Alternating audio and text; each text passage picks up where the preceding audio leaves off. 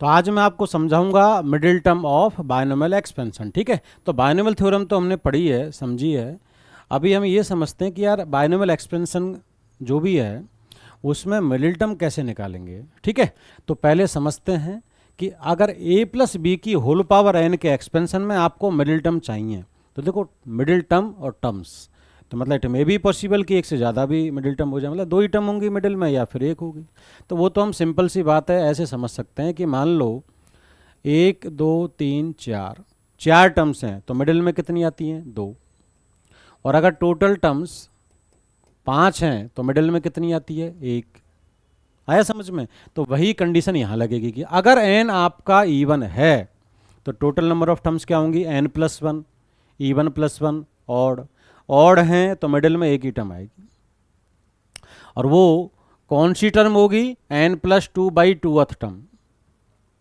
अगर n+2/2th term निकालने की कोशिश करोगे तो क्या लिखोगे, बोले 2 से पहले डिवाइड कर लो, n/2+1, ऐसे लिखते हैं ना, tr+1।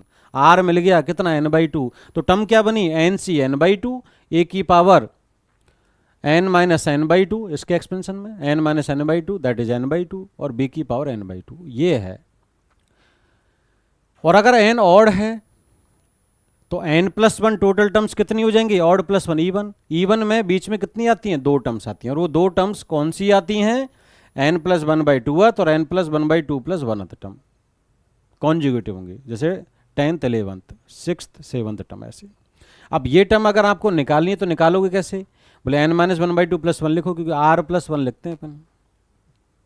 r कितना हो गया, n-1/2, तो NCr a की पावर n-r b की पावर r। और अगर ये वाली टर्म निकालनी है तो r क्या हो जाएगा, n+1/2, तो टर्म हो जाएगी NCr a की पावर n-r b की पावर r। अब पता है, एक तरीका तो ये है, दूसरा तरीका जो है वो मैं बताता हूँ कि डायरेक्ट आप तो क्या करो, r याद रखो, r सबसे आसान है, क्योंकि r पता है तो टर्म तो लिख देंगे NCr a की पावर n-r b की पावर r। r कैसे निकालें, तो r तो डायरेक्ट इस पर डिपेंड करेगा। अगर n इवन है तो r होगा n/2, डायरेक्ट NCr a की पावर n-r b की पावर r क्या होगा, n/2, क्योंकि n इवन है ना तो 2 से डिविजिबल है। n अगर ऑड है तो 2 से डिविजिबल नहीं है, तो या तो एक कम करके डिवाइड करोगे या एक बढ़ा के। तो अगर n ऑड है तो r क्या बना, n-1/2 या फिर n+1/2। समझ में आ गया? n में से एक सब्ट्रैक्ट करोगे तब 2 से डिवाइड होगा, n में ऐड करोगे एक तो डिवाइड होगा। तो n अगर ऑड है तो 2 टर्म्स दिख रही हैं, इवन में एक ही दिखेगी, सिंपल, सबसे बेस्ट है। जैसे find middle term N expansion of this. अब जैसे यहाँ देखें, अगर हम डायरेक्ट बता सकते हैं, फर्स्ट में n क्या है, 12, कैसा है, इवन, तो इसका मतलब r क्या हो गया, 12/2 दैट इज 6। तो टर्म कौन सी होगी, 7th टर्म। क्या बनेगी 7th term, t7+1, sorry 7th term है तो t6+1।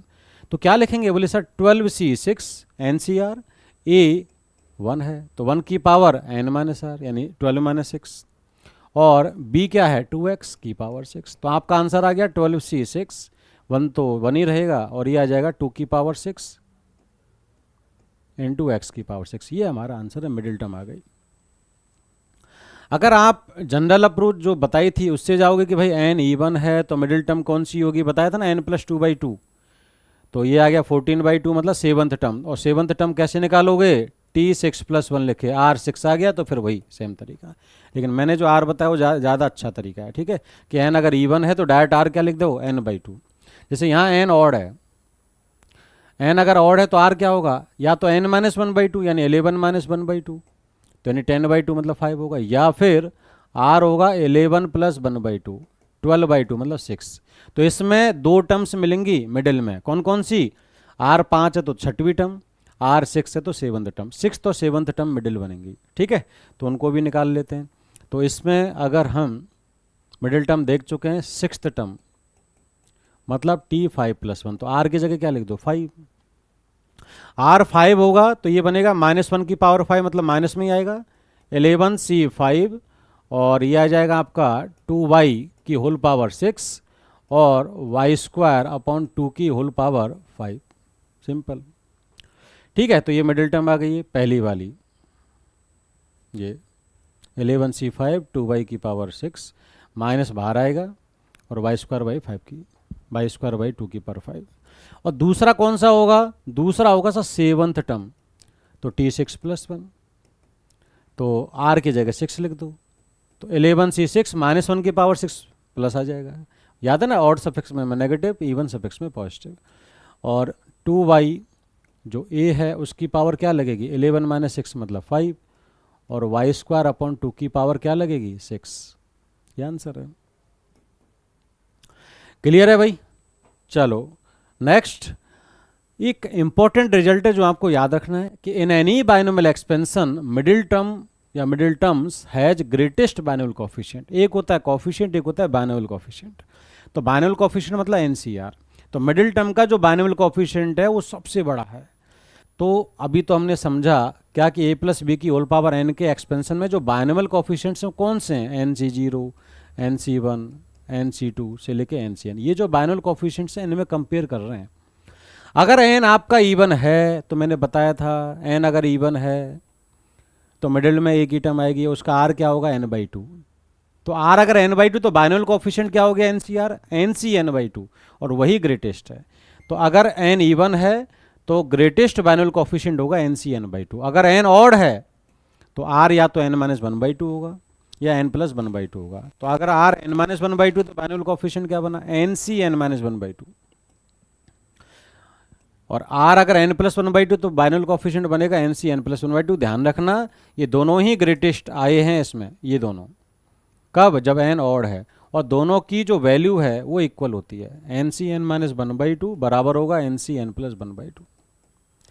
तो मैंने एक ऑर्डर बनाया, जैसे n अगर मैं ले लूँ 10 तो कोफिशिएंट्स क्या बनेंगे, 10C0, 10C1, 10C2 से लेके 10C10, 11 कोफिशिएंट है, मिडिल में एक ही आएगा और वही आपका ग्रेटेस्ट होगा।